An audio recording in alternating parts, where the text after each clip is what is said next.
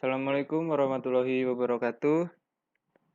Kenalkan, nama saya Ananda Rizky Abidin dengan NIM 19 0512140035 dari kelas Sistem Informasi 19A. Pada video kali ini kita akan membahas tentang web server dan juga DNS server. Pertama-tama kita akan membahas tentang web server. Di sini ada pengertian dari web server ya. Di mana web server ini adalah sebuah perangkat lunak yang berfungsi sebagai penerima permintaan yang dikirimkan melalui browser, kemudian memberikan tanggapan perintah dalam bentuk halaman situs web atau lebih umumnya dalam dokumen HTML. Nah, lalu bagaimana web server ini itu bekerja? Nah, setiap penjelasan sebelumnya, saat mengambil halaman website, browser mengirimkan permintaan ke server yang kemudian diproses oleh web server. Nah, HTTP request ini dikirim ke web server. Lalu sebelum memproses HTTP request, web server juga melakukan pengecekan terhadap keamanan. Pada web server, HTTP request diproses dengan bantuan HTTP server. HTTP server ini merupakan sebuah perangkat lunak yang bertugas untuk menerjemahkan URL atau alamat situs web serta HTTP atau protokol yang digunakan browser untuk menampilkan halaman website. Lalu fungsi dari web server.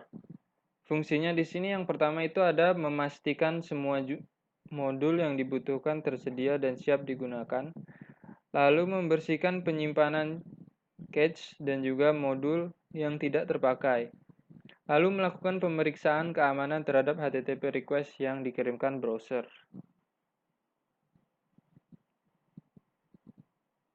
Lalu di sini ada keunggulan dari masing-masing web server ya. Dimana di sini ada Apache memiliki keunggulan pengaturan yang lebih mudah, open source, lalu komunitasnya banyak, ada Ignite, ringan, banyak fitur dan stabil, performanya juga tinggi, ada Ease, mendukung penuh pada Windows, adanya kemampuan pengecekan kesalahan, kerjasama menggunakan PHP, lebih stabil.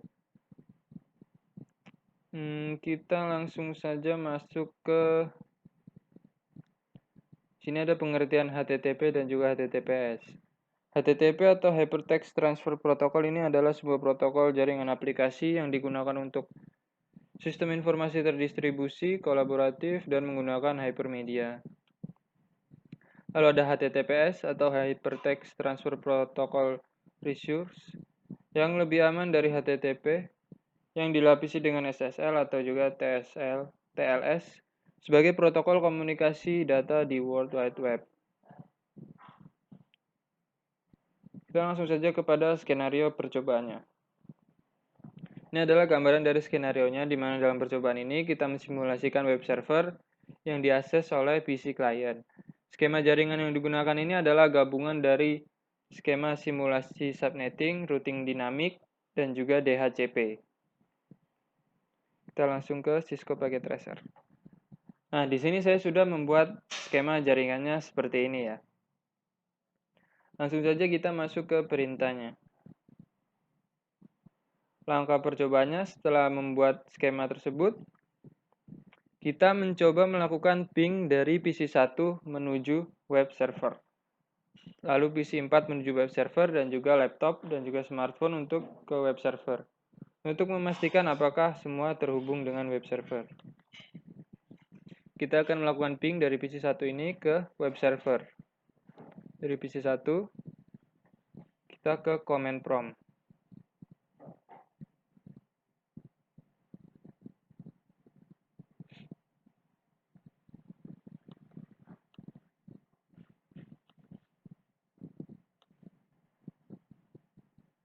Kita ke desktop, command prompt.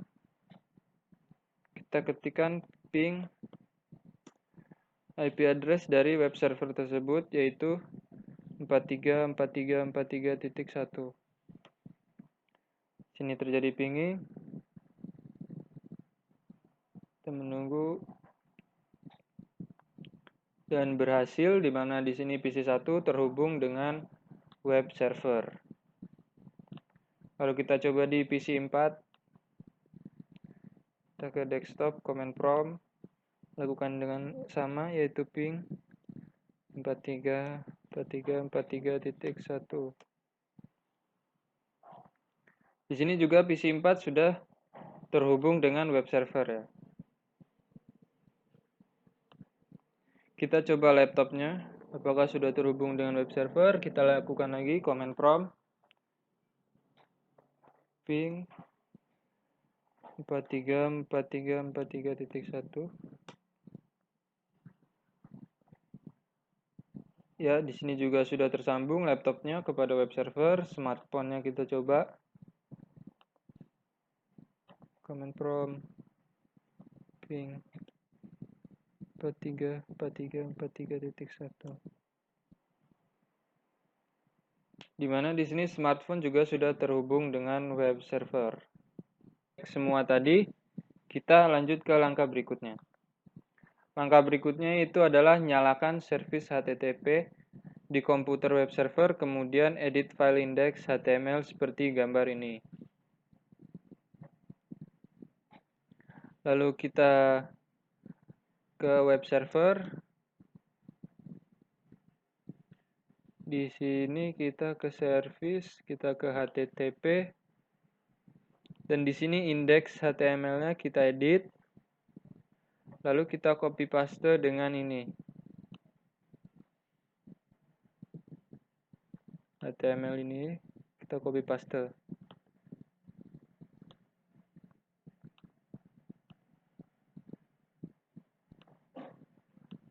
Ini kita copy paste.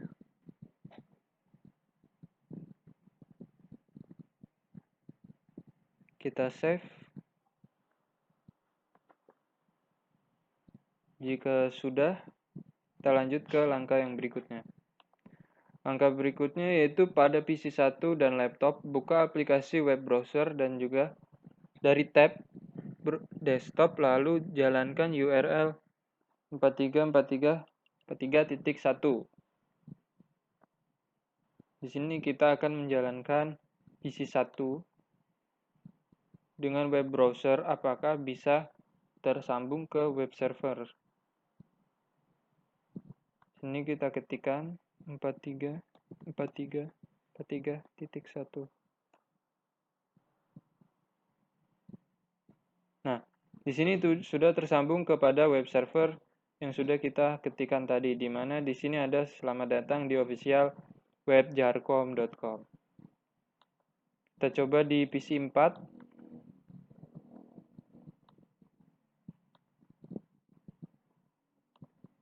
.1.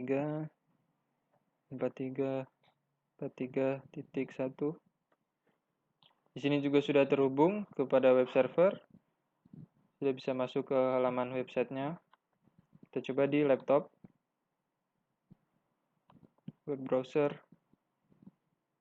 dan kita ketikkan 43.43.43.1. Nah, sudah tersambung semua ya.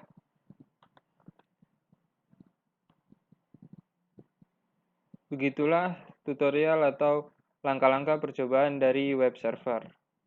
Setelah tadi kita membahas web server, kali ini kita masuk ke dalam DNS server.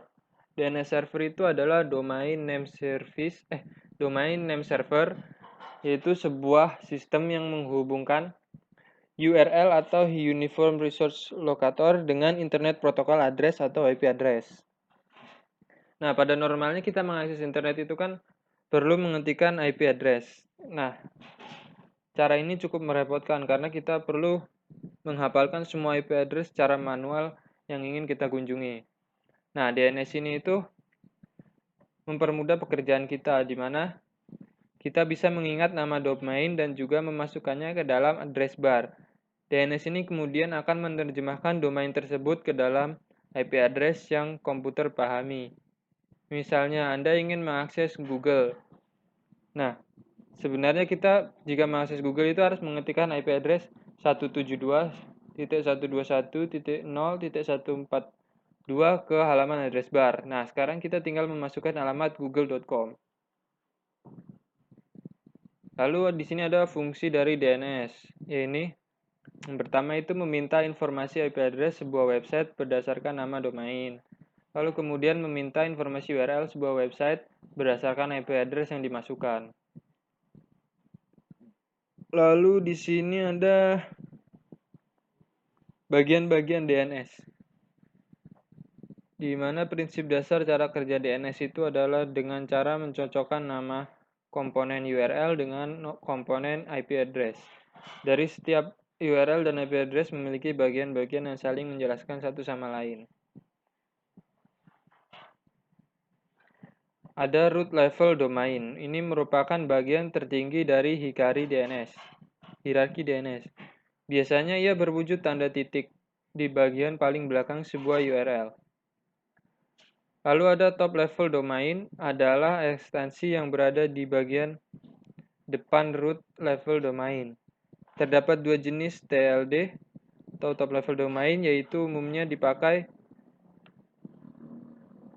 keduanya, yaitu generic top level domain dan juga country code top level domain. Sini juga ada second level domain, lalu ada third level domain, lalu ada hostname. Itu yang biasa disebut dengan shime, merupakan bagian yang mengawali sebuah URL. Cara kerja DNS. DNS ini bekerja dalam tahapan-tahapan. Dimulai proses meminta informasi atau DNS query, kemudian dilanjutkan dengan tahapan-tahapan lain seperti DNS recursion, root name server, TLD name server, hingga authoritative name server. Kita langsung saja masuk ke skenario percobaannya. Di mana skenario percobaannya yaitu dengan skema yang sama seperti tadi web server.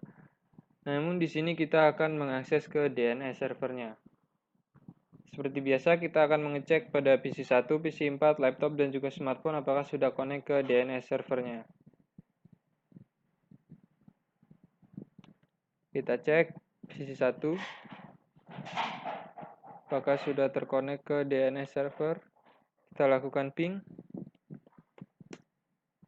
33.33.33.1 atau alamat IP dari DNS servernya. Dan di sini kita lakukan ping, sepertinya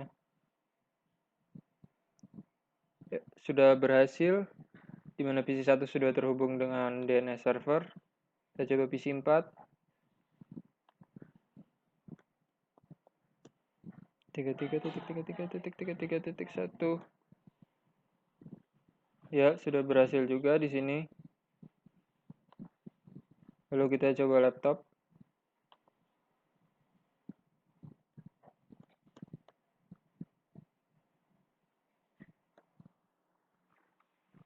Laptop juga sudah berhasil tersambung dengan DNS server. Ya. Langkah berikutnya yaitu mengaktifkan service DNS server pada PC DNS server dan akan ditambahkan entry DNS seperti gambar tersebut. Nah, kita akan menambahkan seperti gambar ini ya. Di mana di DNS server, kita service ke arah DNS ini. Sini DNS service-nya kita on-kan. Dan di sini saya sudah menambahkan ftpjarcom.com dengan tipenya record dengan IP address-nya ini. Lalu ada jarcom.com dengan tipenya record dengan IP address-nya ini. Dan juga ada www.jarcom.com dengan tipenya cname atau hostname-nya di sini adalah jarcom.com. Jika sudah, kita lanjut ke langkah yang berikutnya, di mana di sini ada langkah yang ketiga. Lakukan perintah nslookup. Kita akan melakukan perintah nslookup ke arah jarcom.com. Dari PC 1, kita coba command prompt. Kita nslookup jarcom.com. Di sini juga sudah berhasil. Kita coba langkah yang berikutnya.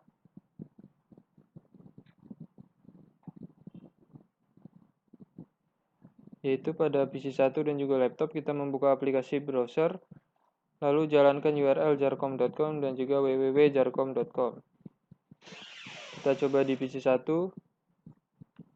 kita web browser, kita ketikkan www, kita ketik dulu.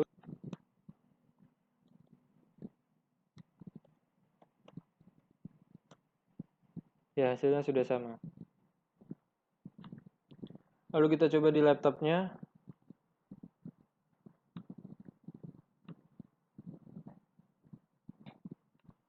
www.jarcom.com. Sudah berhasil untuk melakukan DNS servernya.